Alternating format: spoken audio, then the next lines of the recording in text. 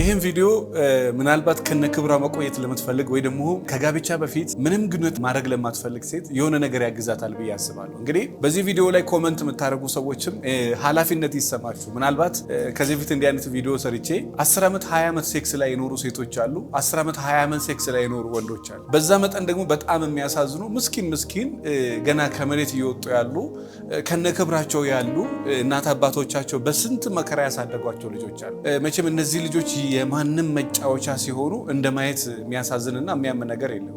በፍላጎቷ በምርጫዋ ሊሆን ይችላል። ያ በምርጫቸው የሚያደርጉ ሰዎች ምርጫቸው ላይ ገብተህ ይሄን አድርጎ ይሄን አታርጉ፣ ይሄ ጥሩ ነው ይሄ ጥሩ አይደለም አትችልም። ምክንያቱም ብትልም ተቀባይነት አታገኝም። ግን በጣም በሚገርም ሁኔታ ከነክብራቸው መኖር የሚፈልጉ ሴቶች አሉ። ራሷን ጠብቃ ድንግልናዋን ጠብቃ መኖር የምትፈልግ ሴት አለ። በተለይ እስከ ጋብቻ ድረስ። እኔ አንድ ጓደኛዋን አስጠበሳቻትና ልጁ ከጋብቻ በፊት ከዓመት በኋላ ሴክስ ግንኙነት ማድረግ ፈልጋለሁ አርጊ፣ ይሄ እኮ የዓለምን ሕግ ነው የዓለምንትን እኮ ነው ብላ የምትገፋፋት ያዛው ያጣበሰቻት ጓደኛዋ ናት። እና ከማድረግ በፊት እዚህ መታ እንደው ምንድን ነው ምናምን አንዳንድ ነገር ልክ ስትል እንደሞያ ሰውየውን ባታጭ ጥሩ ነው፣ ካልሆነ ወደ ጋብቻ ብትሄዱ ጥሩ ነው። ከዛ በኋላ ያለው ነገር ግን ትንሽ ከበድ ሊል ይችላል እና ሪስክ አለው። ምንም ነገር ማረግም ሪስክ አለው፣ አለማረግም ሪስክ አለው። እና ውሳኔ መቼም ማማከር ማለት ማዘዝ ስላልሆነ እንደዚህ ብታረጊ ትላለህ እንጂ አግቢ ፍቻት ምናምን መብት የለም። ምክንያቱም በሰው ህይወት ውስጥ ገብተህ ፍቺው ማለት አግቢው ማለት እንዲህ አድርጊ ማለት አትችልም።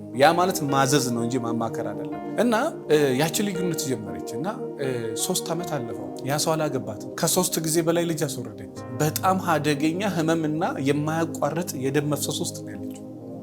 ያቺኛዋ አግብታ የራሷን ኑሮ እየኖረች ነው። አንቺም እኮ አትሰሚውም፣ አንቺ እኮ እለኛ ነሽ፣ አንቺም እኮ ትጨቀጭቀዋለሽ ምናምን ከማለት ውጪ አሁን ረጅም ዓመት ደም እየፈሰሳት ላለች ሴት ግን መፍትሄ ልትሆናት አልቻለች። እናት አባት በፍቅር ያሳደጋት ለቤቱ ታላቅ ስንት ነገር ታስተምራለች ተብላ የምትጠበቅ ልጅ 3-4 ጊዜ በተደጋጋሚ ልጅ በማስወረድ ከዛ በኋላ ደም እየፈሰሳት ዛሬ እንዴት ነው እንደዚህ የምናደርገው? ይሄ ምንድን ነው? ሂጂታይ፣ አንቺ ሰነፍነሽ፣ አንቺ ኬርለስ ነሽ። እንዲህ በጣም ደግሞ እዚህ ምድር ላይ ምን እንደሚያመኝ ታውቃላችሁ? የሆነ ጠባሳ ፈጥረውባችሁ ለምንድን ነው እንዲሆንኩ? ምን ሆነ ነው እንዲሆንኩ? ልክ ከዚህ በፊት ቪዲዮ እንደሰራውላችሁ ያናግሩህና ለምን ተናገርክ? ያበሳጩህና ለምን ተበሳጭ? ያስቆጡህና ለምን ተቆጣሽ የሚሉ ሰዎች አልገጠሟችሁ? በቃ አንጀትህን ያሳርሩ ያቆስሉህና ለምንድን ነው የቆሰልከው? ምን እንደማለት መሰላችሁ? ህመም ልክ ሲያመህ ህመሜ ለምንድን ነው የምታመኝ ብሎ እንደመጠየቅ የማይመስል ነገር ፌዝ ነው የሚሆነው። እና እሷው ለዛ ሁሉ ጉድ አዳርጋት ዛሬ ልጅቷ የማያቋርጥ ደም እየፈሰሳት አንቺ ሆነሽ ጥፋተኛ፣ አንቺ እኮ ጨቅጫቃ ነሽ፣ እሱ እኮ ጥሩ ሰው ነው፣ እሱ እኮ ይወድሻል፣ ሌላ ነገር። እንደዚህ አይነት ችግሮች ከነ መፍትሄው የተቀመጡበት መጽሐፍ አለ። መጽሐፉን 200 ችግር 200 መፍትሄ ብለን ነው።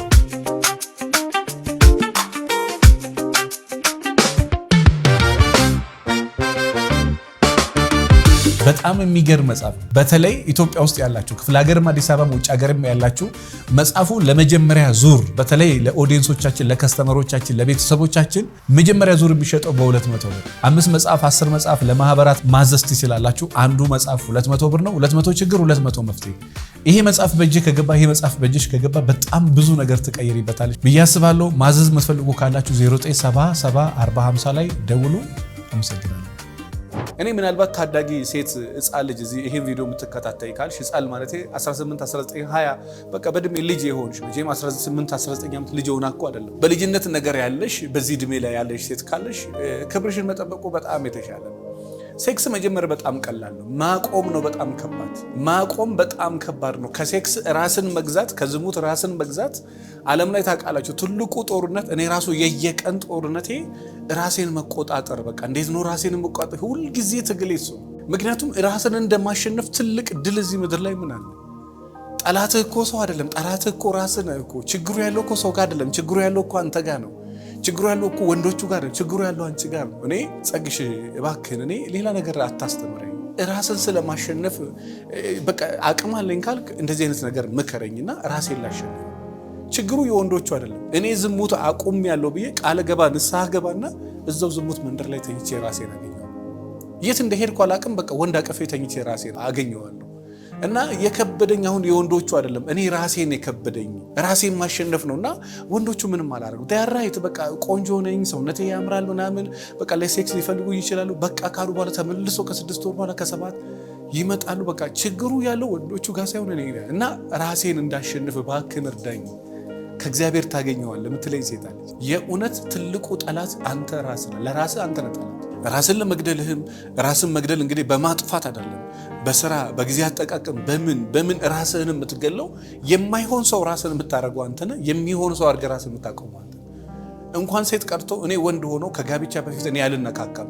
ሴት ሞልቷል በዚህ ዘመን። ዝሙት ውስጥ ከገባው መልሼ መውጣት አልችልም። ግን በተቻለ መጠን ራሴን ልግዛ፣ እግዚአብሔርን አላሳዝንም። ምክንያቱም መጽሐፍ ቅዱስ ከዝሙት ሽሹ ነው የሚለው። እንግዲህ በዚህ ደረጃ ሽሹ የሚል ነገርበት የለበትም። በዚህ ደረጃ ከዝሙት ግን ከሁሉ ነገር ታው እንዲያርግ ከዝሙት ግን ሽሽ ነው የተባለ። በጣም አይምሮንም ስሜትንም ሰውነትንም ከሚጎዳ ኃጢአት አንዱ ዝሙት ነው።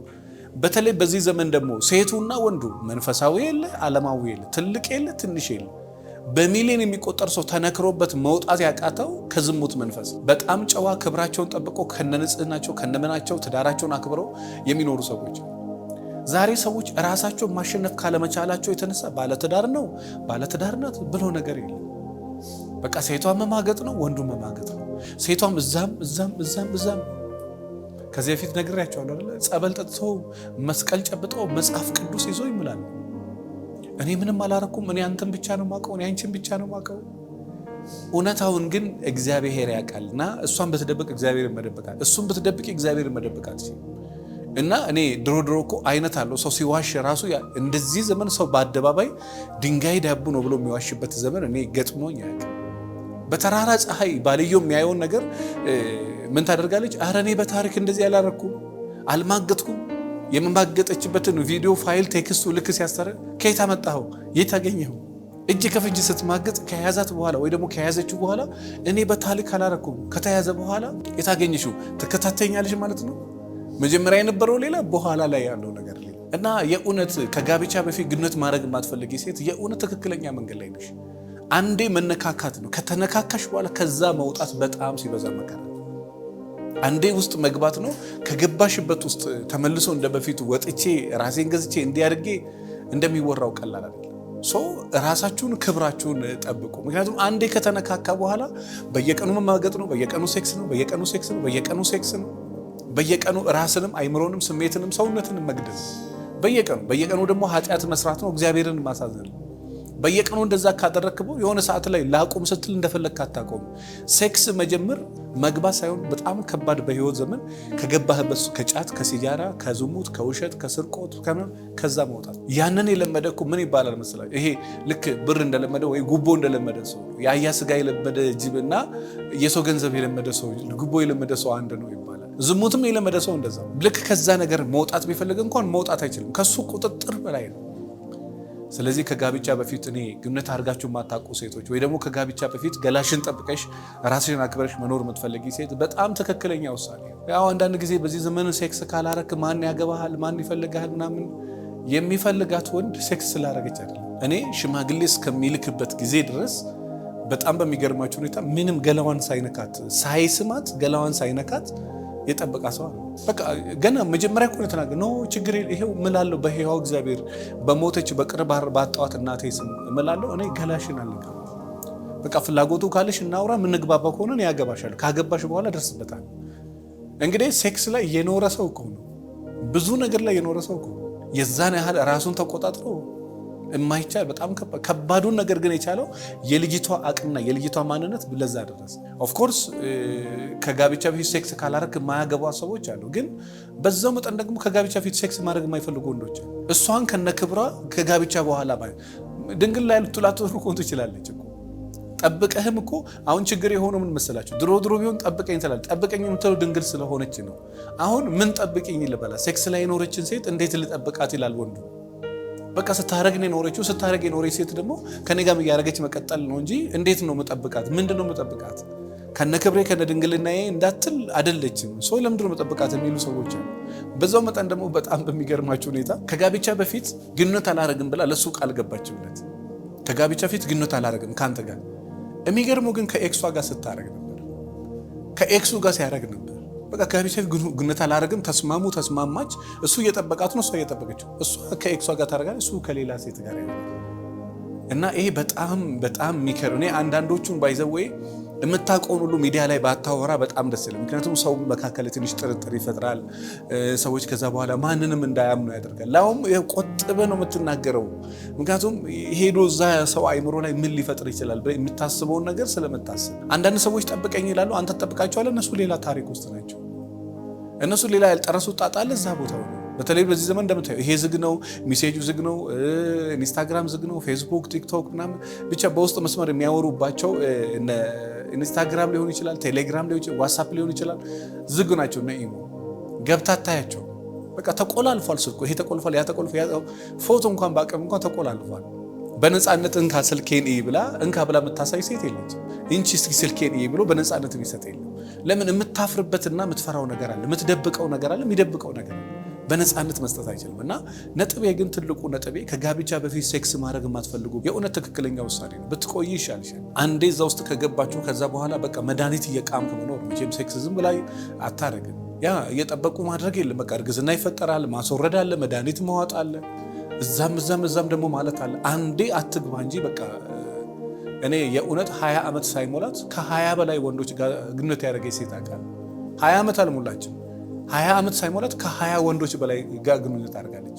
እንግዲህ ሴክስ ከጀመረች ገና 2 ዓመት 3 ዓመት ያልሞላት ሴት ገና 20 ዓመት ሳይሞላት ከ20 ሰው ጋር ግንኙነት ያደረገች 30 ዓመት ሲሞላት ከስንት ሰው ጋር ይመስላችኋል? 20 ዓመት ሳይሞላው 30 ሴት 40 ሴት ያወቀ ወንድ 30 እና 40 ሲሞላው ስንት ሺህ ሴት ጋር ነው የሚያድረው? በጣም ከባድ ነው በነገራችን ላይ። እና ራስህን ገዝተህ ራሱ አትችልም። በተለይ በዚህ ዘመን ራስህን ቆጥበህ ራሱ አትችልም። እና ያልተነካካችሁ ሰዎች ከነክብር እግዚአብሔር ከነክብር ሚስት ከሰጠ በጣም መባረክ ነው። ከነክብርሽ እግዚአብሔር ባል ከሰጠሽ የእውነት መባረክ ነው። በጣም ጭምልቅልቅልቅ ብለህ እዛ ብለህ እዚህ ብለሽ በጣም ጭምልቅልቅ ብላ ራሷን ጥልታ ከዛ በኋላ የሆነ ሰው መሆን በጣም እኮ ነው የሚያሳፍረው። ስለዚህ እኔ በተቻላችሁ መጠን ከባድ ኃጢአት እዚህ ምድር ላይ ዝሙት ነው። አይምሮንም ስሜትንም ይገላል፣ ከእግዚአብሔርም ይለያል፣ ጸጋም ክብርም ይነሳል። እና በተቻላችሁ መጠን ከጋብቻ በፊት ግንኙነት ማድረግ የማትፈልጉ ሴቶች በጣም ጥሩ አቋም ላይ ናቸው። የሚያገባችሁ ሰው ስላረጋችሁ አይደለም የሚያገባችሁ። ስለዚህ ይሄ ራስንም ማርከስ ነው፣ እግዚአብሔርንም ማሳዘን ነው። እና በተለይ ገና ታዳጊ የሆናችሁ 16፣ 18፣ 19፣ 20፣ 21፣ 22 በጣም በልጅነት እድሜ ላይ ያላችሁ ሰዎች በተቻለ መጠን ከዚህ ነገር ራሳችሁን ቆጥቡ። ከገባችሁበት በኋላ አንቺ መቆጣጠራችን እሱ ነው የሚነዳሽ። ከላይ ሆኖ ራሱ የዝሙት መንፈሱ እሱ ነው የሚነዳሽ፣ አንተንም እንደዛው። እና እኔ አንዳንድ ወጣት አለው ድንገት የሆነ ቦታ ስንገናኝ ልክ ስናወራ እኔ ደነግጣለሁ፣ የእውነት ደነግጣለሁ። አይ በቃ ከሷ ጋር ተጣላ እንዲያረኩኝ አይ እሷም ላሻለ ከሄደች እንትና ጋር እኔ ኢዝሊ እንደዚህ የሚወራ ነገር አይደለም። ያ ወጣት ስትሆን አይታይህም፣ በሽታው ምኑ ከናካቴ ትዝ አይልም። የሆነ ሰዓት ላይ ምን ሆኜ ነው የምትለው ግን የሆነ ሰዓት ላይ።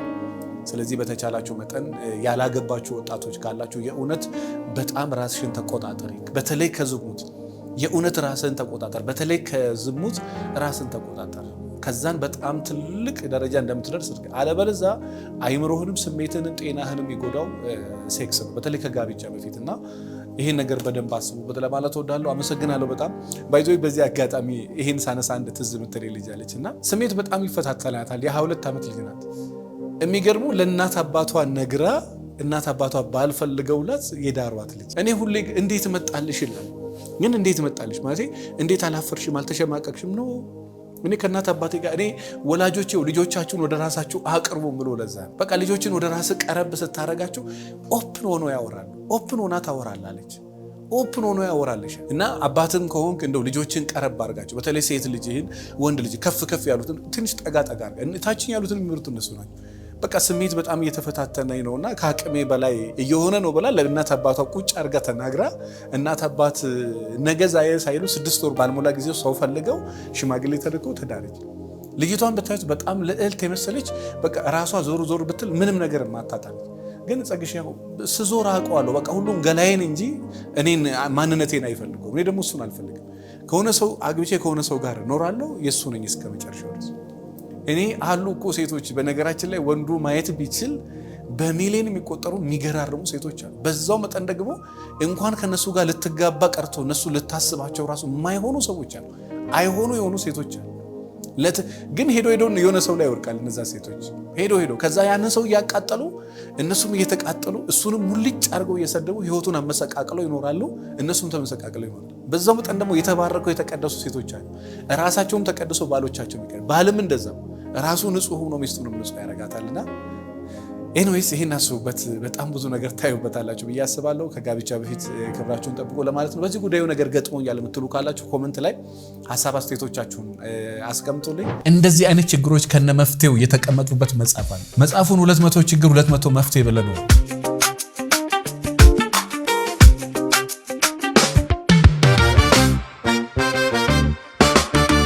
በጣም የሚገርም መጽሐፍ። በተለይ ኢትዮጵያ ውስጥ ያላችሁ ክፍለ ሀገርም አዲስ አበባም ውጭ ሀገርም ያላችሁ መጽሐፉ ለመጀመሪያ ዙር በተለይ ለኦዲየንሶቻችን፣ ለከስተመሮቻችን፣ ለቤተሰቦቻችን መጀመሪያ ዙር የሚሸጠው በ200 ብር 5 መጽሐፍ 10 መጽሐፍ ለማህበራት ማዘዝ ትችላላችሁ። አንዱ መጽሐፍ 200 ብር ነው። 200 ችግር 200 መፍትሄ።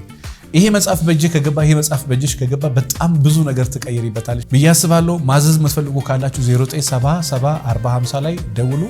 አመሰግናለሁ።